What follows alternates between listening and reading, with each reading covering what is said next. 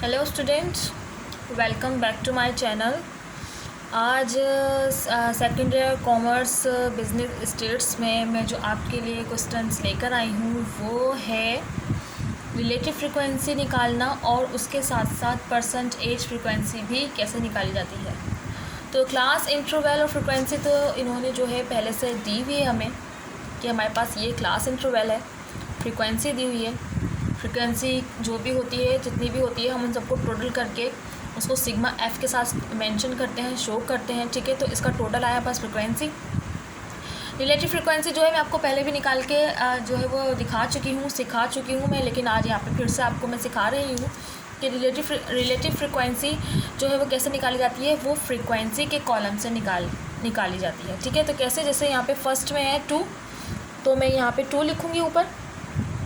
उसके बाद जो है फ्रीक्वेंसी का जो टोटल होता है वो लिखते हैं नीचे, यानी कि अपॉन में करके, यानी कि 2/40। ठीक है, तो 2/40 कर दिया। अब इसको हम करेंगे डिवाइड, हमें पड़ेगी ज़रूरत कैलकुलेटर की।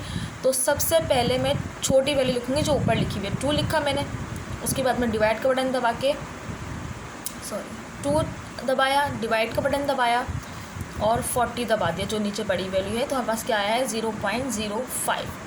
तो क्या आ गया हमारे पास 0.05। ठीक है, फर्स्ट कॉलम की आ गई। अब हम ऐसे ही सेकंड की निकालेंगे। एज लिखेंगे अपॉन 40। ठीक है, तो मैं लिख लेती हूँ यहाँ पे, पहले मैंने एज को दबाया, डिवाइड का बटन 40, 0.2। ठीक है, तो 0.2 निकल आई है इसकी। थर्ड है हमारे पास 14/40, तो 14 डिवाइडेड बाय 40, 0.35। ठीक है, 0.35। फोर्थ है हमारे पास 10/40, तो 10 दबाया हमने, डिवाइडेड बाय 40, 0.25। तो हमारे पास क्या आ गया 0.25। हमारे पास लास्ट है 6/40 इक्वल टू, तो 6 डिवाइडेड बाय 40, 0.15। ठीक है, अब हमने जो सबकी जो है वो फ्रीक्वेंसी निकाल ली है, यानी कि इन सब की फ्रीक्वेंसी जो है वो ये निकल कर आई है।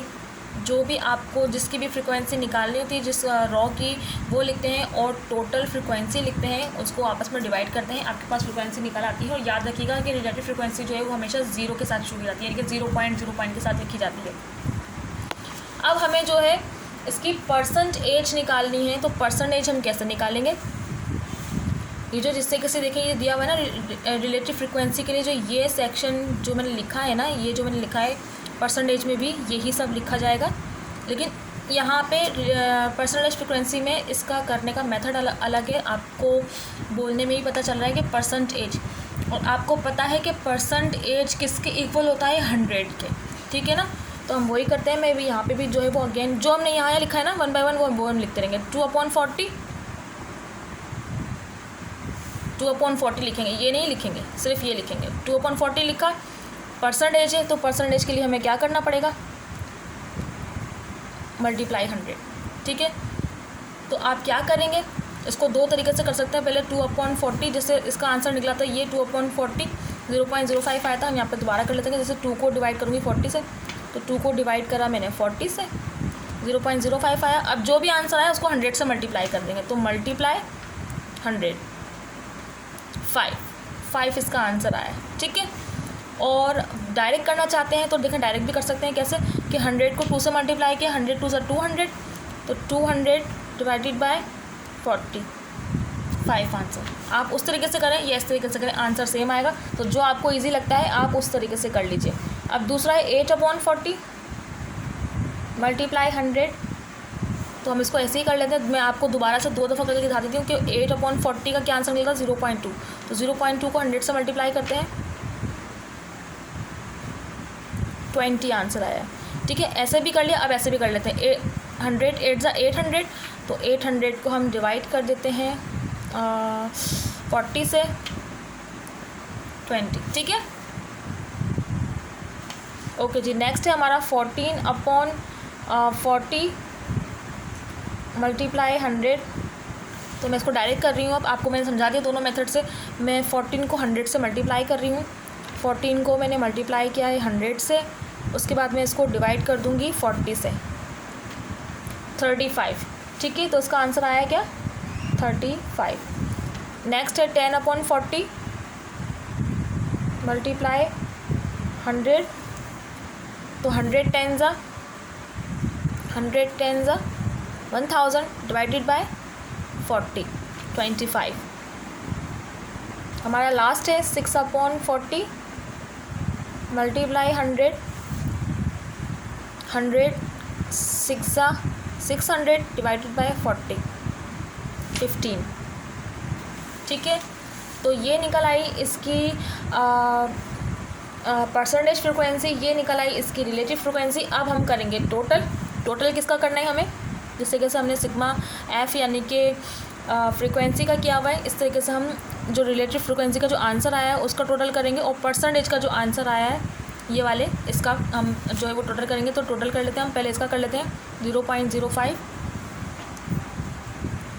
प्लस सेकंड हमारा 0.2 प्लस उसके बाद 0.35 प्लस 0.25 प्लस और 0.151, यानी कि 1 बना इसका टोटल। ठीक है, आप इसको ऐसे भी लिख सकते हैं सिग्मा आर एफ, यानी कि रिलेटिव फ्रिक्वेंसी का टोटल जो है ये आया है। इस तरीके से इसका हम टोटल कर लेते हैं 5 plus 20 plus 35 plus 25 plus 15 equal 100। ठीक है, तो इसका आंसर क्या है हमारे पास? इसका आंसर आया है 100। इसको भी आप ऐसे लिख सकते हैं सिग्मा परसेंटेज, यानी कि मैं पी और एफ लिख देती। ओके,